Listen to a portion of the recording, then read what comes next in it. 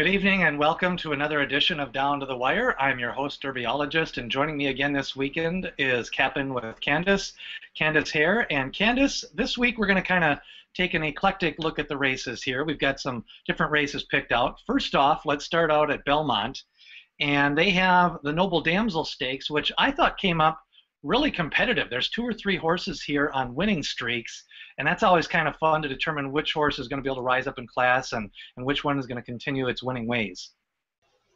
Yeah, I mean, this is a really interesting race. I think it's a pretty competitive race. We definitely have a few horses coming in who have been winning lately, one of which is Tokyo Time, who's won her last 2. Another one is Love Train. So it's interesting seeing, so many horses coming in here on good form. For me, though, I'm really interested in seeing Annecdote. This is a filly who, has been pretty good overseas. Her last race was at Royal Ascot, and, maybe she was in a little bit too deep there, but I think, over in the UK, she was, a solid listed Group 3 type runner. I will say of her last race that even though she didn't run well, it was a pretty live, strong race. I think 3 or 4 horses have come out of there since then to win. And then for me, the biggest thing is that she definitely runs well over firm ground, and Christophe Clement is so good with this type. I think he wins about 25% of the time with his horses, coming first time North America. So I think Annecdote is a horse who's pretty live here, even though we have so many others coming in on really good form. Yeah, a couple horses I wanted to talk about. Byrama is kind of interesting. He takes a little bit of a class drop. He's been definitely running in Grade 1s and Grade 2 and Grade 3 races here in America. So I think that's a horse that's live. Love Train, last 2 races are nice wins. I think that one goes up a little bit in class. That's the other Clement runner in here, so I think you have to consider him. Devilish Love, 3 straight wins, 4 wins overall. I think this horse, it's a Pennsylvania bred, but Dutrow had a solid Saratoga meet, and he seems to kind of fight. He actually is a better turf trainer than people give him credit for. He just doesn't have a lot of turf horses, and he doesn't focus on that. But whenever he usually, he's the opposite of Mater McGahey, Shug McGahey. He wants to give them every chance on the dirt, and then if they don't succeed, he'll throw them on the turf, and sometimes that's what they're meant for. I ended up going with Byrama just because I like the way he's been close in some of those races. I've got a couple of trip notes on that last race. I think in a race like this, you want to have a little bit of versatile running style, and I think she can lay close enough to the pace if it's fast, and if they get going a little bit too quickly, especially with a couple of those horses in good form, I think she could rally from 5 or 6 lengths back. So I ended up going with Byrama, but I think a case could be made with about 4 or 5 here. Yeah, I definitely agree that this is very competitive. One thing I guess to notice that a few of these, I don't see a ton of speed here. So a horse like Devilish Love, if she kind of gets out front, or Love Train, I think, if one of them gets out there and kind of gets left alone up front, that could be very dangerous. But, for me, I think, Annecdote's just super interesting here. Of course, it's going to be, I think this is going to be one of those races where we're not going to have one clear-cut favorite. We're going to have, 4 or 5 horses, maybe, around 3, 4, or 5 to 1. So that's going to make it really interesting. I'm going to go with Annecdote over Devilish Love, with Love Train third. I'm going to go with Byrama, and then, I thought the horse on the outside is a little bit interesting, Baffle Me, for Mark Henning. So I think that horse is usable in exotics and exactas or trifectas anyways, with a couple of contenders if somebody has somebody else they like. The 9th race at Belmont, kind of an interesting placement on Saturday for a juvenile race. I kind of chose this race just because it's got some of the top barns that do well with juveniles, but also I noticed some stout breeding in this race. Kind of some of your thoughts. When I first looked at this race, the horse in the 1 spot, Bowtie Boss, immediately jumped out to me, being by Candy right out of an AP Indy mare. And when I first looked, I thought, okay, she didn't win anything, and he's only had 1 sibling who hasn't yet raced. But then I looked a little further and saw his second dam was Sweet Catamine, who was the Eclipse 2-year-old filly of the year back in 2004. So, Bowtie Boss is one who just sticks right out to me off of his works and breeding as, one who maybe, is bred with some capacity and maybe is, ready to win early. Jimmy Jerkins' first start record isn't super fantastic, but I think this is a guy who, at least pedigree-wise and works-wise, looks, pretty well meant in this spot. Yeah, I'm glad you mentioned that horse. Very interesting that the Wygoods, who are based on the West Coast, gave a horse to James Jerkins. This horse I'm putting in my stable mail. I'm not sure. I mean, this is what I want to see. It's a February foal. It's all route and stamina breeding. It's by a trainer who takes his time. He may or may not win this weekend, but this is the type of horse that down the road, if you're going to pencil mark a horse for possibly doing something next spring, this is the type of, there's a lot of good things going in that horse's way. In fact, I'd rather have it lose on Saturday. It probably has a better chance of being good next spring if it doesn't win on Saturday. A horse that I ended up going with, kind of unusual angle. David Donk is known as a turf trainer, but Mandolin Wins is by Bluegrass Cat, who does tend to get horses that do well early on. They paid, moderate sum for this horse, but the mare on this horse, Quiet Kim, was a stakes winner, and she's produced a couple of runners, and I think this one has a shot. Got a nice workout pattern. I don't want to say it's got good workouts because I haven't seen anything, but I like the pattern, the distance of the workouts, and the spacing of them. Another horse who I thought was a nice horse was this Chad Brown horse, Leave the Light On. It's by Horse Greeley out of a Mineshaft mare. I think that's definitely a win early pedigree, and with Chad Brown, he has some of them cranked up every once in a while to win at the first start, especially on the turf, although this is 6 furlongs on the dirt. Yeah, I mean, I definitely agree with some of those, especially the Chad Brown horse. That was another one who I was going to mention here as one who, definitely looks ready to win early. I think, one key here perhaps is, maybe betting against, again, this is a tough one because we don't have the odds in front of us since we're doing this on Wednesday, but it's, at least in what I'm seeing in these baby races, whether it be first start, second start, these Warriors rewards are getting really hammered in the betting, and they've really kind of cooled off a little bit lately. So I think this could be a race that perhaps if you see, that horse maybe getting bet a little bit, if you bet against it, you have good things going for you if it loses. And it isn't a horse that I'm looking at as one with a massive win chance here. I agree with you about Leave the Light On. That would be my top choice here. The other one's going to be Bowtie Boss. I know you want him to lose, but I would like for him to win here. I think that, that's just nice breeding, and I think he looks pretty ready in this spot with Javier Castellano aboard. And Wild Dynaformer is another horse that I'm going to put in my stable mail. Yes. Classic distance breeding. Live Oak doesn't always fire first time out. And Tom Elbertrani, he has horses that every once in a while kind of just when they run well, they run really well. So he's another horse I hope kind of loses. I can stuff him away in my stable mail and pull him out on a rainy day at Gulfstream when I need him. So that's a horse I think is interesting as well. The Kentucky Turf Cup. We saw last week a great rendition of the first annual Dueling Downs Derby. It was Metal Count and Maya Fleet dueling down the length of the stretch. What do you think here? Do you think we can get the older guys to give us a good stretch run like that? I don't know if we're going to get a duel like that. I think we got pretty lucky there. This race, I think, is very, very interesting from a betting perspective. We have some of maybe the classier horses perhaps didn't really show what they're fully capable of last time out. So, it's kind of tough kind of predicting who, of some of these horses are coming off of poor performances, even though they've shown us good things in the past. So it's a little bit of tough trying to, really predict what they're going to do here in this start. For me, Sun Tracer's a horse who I picked on Arlington Million Day to win there, and he's one of those. He just completely no-showed in that race, and I think even the connections were a little bit baffled about what really happened there. I have no idea. He hadn't run anywhere near that poorly this year. I think he's better than that, but morning line he's 9-2, and I don't really want to take that sort of a price on him coming off of that poor of a performance, albeit against much tougher company than what he's going to face here. O Prado Olay is an interesting one. That's an English Channel, which we've talked about, some of them on here having done well turf routing recently. He most recently ran on the Sword Dancer. finished sixth there. I think that was a strong race as far as classy horses are concerned. I think it came up stronger than the Arlington Million, actually.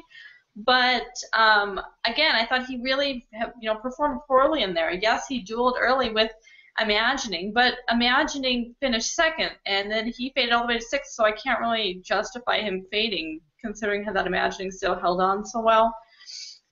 For me, I really was drawn to Fear the Kitten, who breaks from the one post. This is Kitten's Joy out of a Dynaformer mare. He's only been stretched out, anywhere near this far one time, and it was his first start of the year, coming off of a 116-day layoff. Really just didn't show much.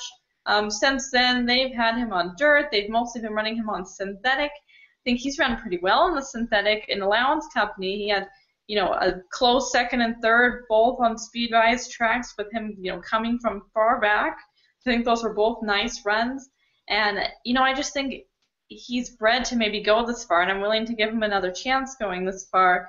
Now with some runs under his belt, coming in here, on decent form. It's not remarkable form, but I think he's won, morning line 30-1. I just think he's kind of sneaky good in this spot. So I'm going to go with Fear the Kitten for Mike Maker at Kentucky Downs. There's 3 kittens in this race, and of course it's a mile and a half on the turf, so you're going to get at least one kitten in there, especially if it's in Kentucky. Kind of an interesting race. Pyrite, the 2-horse, he's knocked on the door 3 straight times.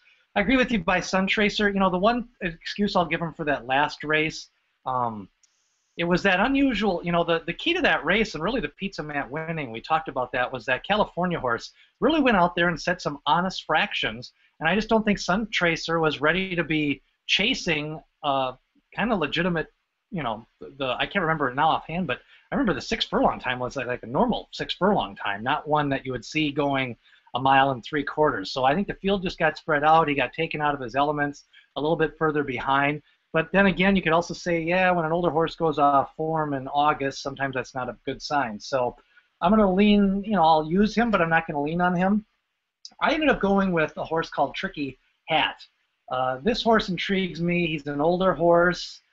His lifetime record is 5 for 15, so he kind of just wins a third of every race. He won his last race, but I'm expecting a slower pace, and I usually want an older horse. I like these 5 and 6-year-olds in a race like that. I mean, I can't really quantify it. I'm just saying I do, and when they do win, I think there's a little bit of an edge here.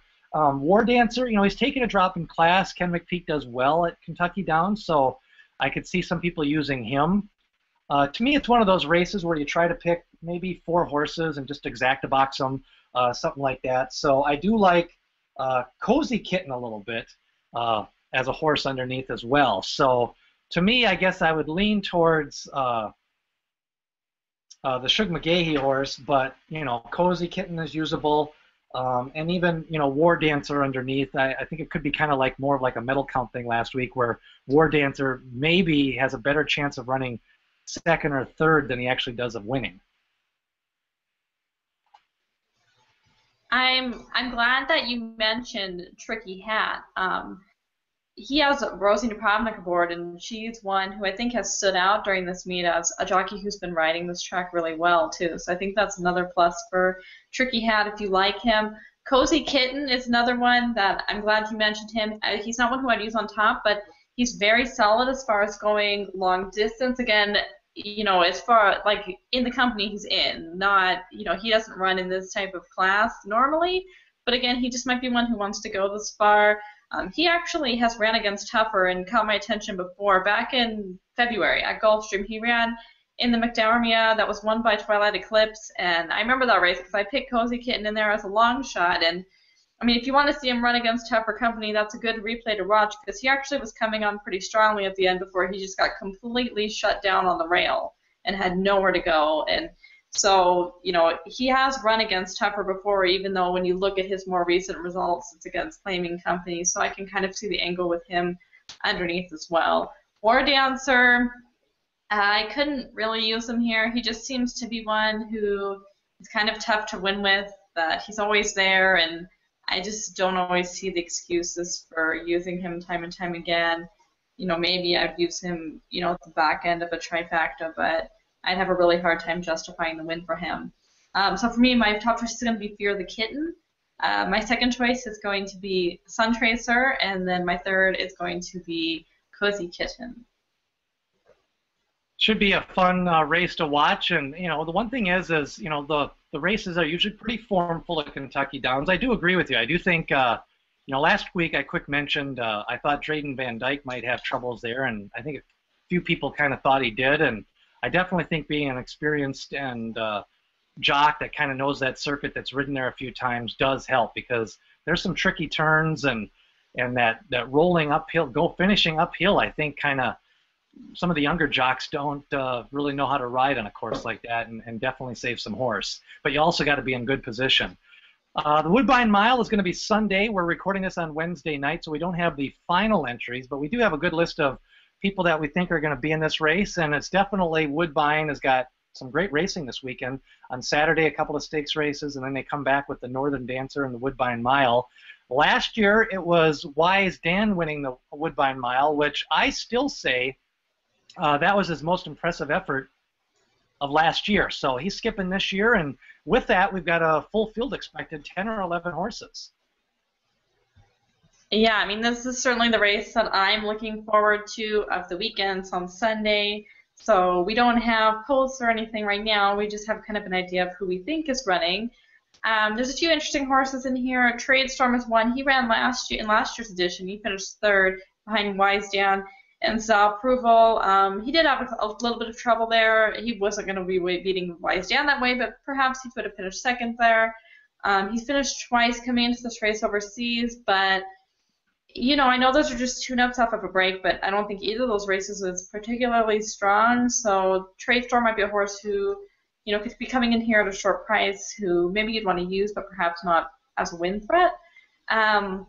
As far as some others here, this is tough because Grand Arch comes in here on good form. I think he has a major chance of winning this race. Certainly, Kaigun is another one that I've been a big fan of this horse, and while I do think he absolutely got the run of the race last time out, that was over a little bit shorter, 7 furlongs. So I think the extra furlong does help him, though I kind of prefer Kaigun over even further than this. So he's another one who might be a short price and might be a bet against here, just because I do think Kaigun's better over 10 furlongs, and I'm not really sure why they keep running him over 7 or 8 now. Bobby's Kitten is another one who, we know he wants this distance. You can't leave him alone out front. If you do that, you're playing with fire. So you have to think somebody will be up there kind of messing with him a little bit. This early out, it's really tough to, pick because we don't have post positions or anything like that. But I would say right now for me, I'm looking at, maybe something with Grand Arch, perhaps Summerfront, who has lost a few races but has run against good company and has been close. So maybe doing something with the two of them, perhaps with Tradestorm in third. Final entries and post positions and odds will, of course, determine the final betting strategy. I'm definitely anti-Kaigun in this race. I think he got the run of the race the last race. I think he's going to be bet down. I don't think a mile's his distance. Bobby's Kitten is interesting just because I think he's legitimately going to be 5 or 6 to 1 now. And, I think it's hard with a horse like that. Like, I think this guy is capable of putting in a good effort. And so, to me, he's one of those horses in the next 3 races, he's going to fire a monster effort, and it's going to be at 6 to 1. Do you want to be going to the wedding or do you want to be going to the funeral? Because most people are going to be wrong with a horse like this. If he wins this week, he'll lose his next race, and if he loses this time, he'll win his next one. Some horses are like that. Like you never can get a beat on. And so it wouldn't surprise me if the talent's there. And I don't even know if it's pressure, and I don't even know if it's fractions. I just think some days he seems to run rank and he spits it out, and other days he just seems to really fire a big race. So who knows? Maybe north of the border, a long turf course and wide turf course, and he loves it. I don't know. I think he has a shot. If the odds were right, I'll definitely throw him in there. Anything over 5 to 1 is worth it to me. Dorset had kind of a sneaky race the last time in that Seek Again race. Ran wide and then got forced up into a mid-race move. I think if he would have waited a little bit longer and just did one final move down the stretch, I think he could have been closer. Summerfront's a winner. So I do think you have to include him. Again, my strategy will probably be a three horses on top, maybe 4 horses in the second position, and I'm throwing out Kaigun from both the win and the place. So that's I guess my strategy is to throw out Kaigun because I think he'll be under 7-2, and definitely use Bobby first and second just in case he fires a big effort, because I think he could run 6. We both know that, but he also is going to pop one of these races. Because like I say, I don't think people really know his talent level yet. I just think we say it's fractions, and then we say it's pressure, and then we say he's rank, and then all of a sudden he's going wire to wire, and we're like, God darn it. So I don't really know what to do with Bobby. Yeah, I mean, as somebody who's a big fan of his, he's a tough one sometimes to kind of get a beat on. I almost wish, and I know I told you this after the last race, but I almost wish they'd just let him run. Like the last race that he ran, he was just absolutely dragging his jockey through the race. He was under such a big hold and still was throwing. I think that middle fraction was 21-4 or 22, something like that, and that was under a massive hold. It was almost like if he would have just let him run, he probably would have exerted just as much effort, but would have had, a bigger lead to work with there. So he's kind of a horse that I just wish they would just kind of let him go and play catch me if you can a little bit, because he is very fast, but yeah, he kind of wants races his own way. He doesn't want to deal with everybody else. But I agree that this is going to be the first time in a while that he's going to be a square price. And just any kind of a race when you have a horse who's that fast, whether it's him, whether it's obviously, whether it's Game On Dude, any of these races, when you get them at, a price, nothing is more dangerous in a race than speed. So, this is kind of maybe the time to play a horse like that. My strategy is going to be a 4-horse box, in some way or fashion. It definitely will include Bobby's Kitten, and it definitely will include Grand Arch. And Summer Front, the last spot is a little bit up for grabs. I'll probably look at the post positions a little bit there. I agree that I won't use Kaigun, though, just because, like I said, I think that he's much better over 10 furlongs than 8.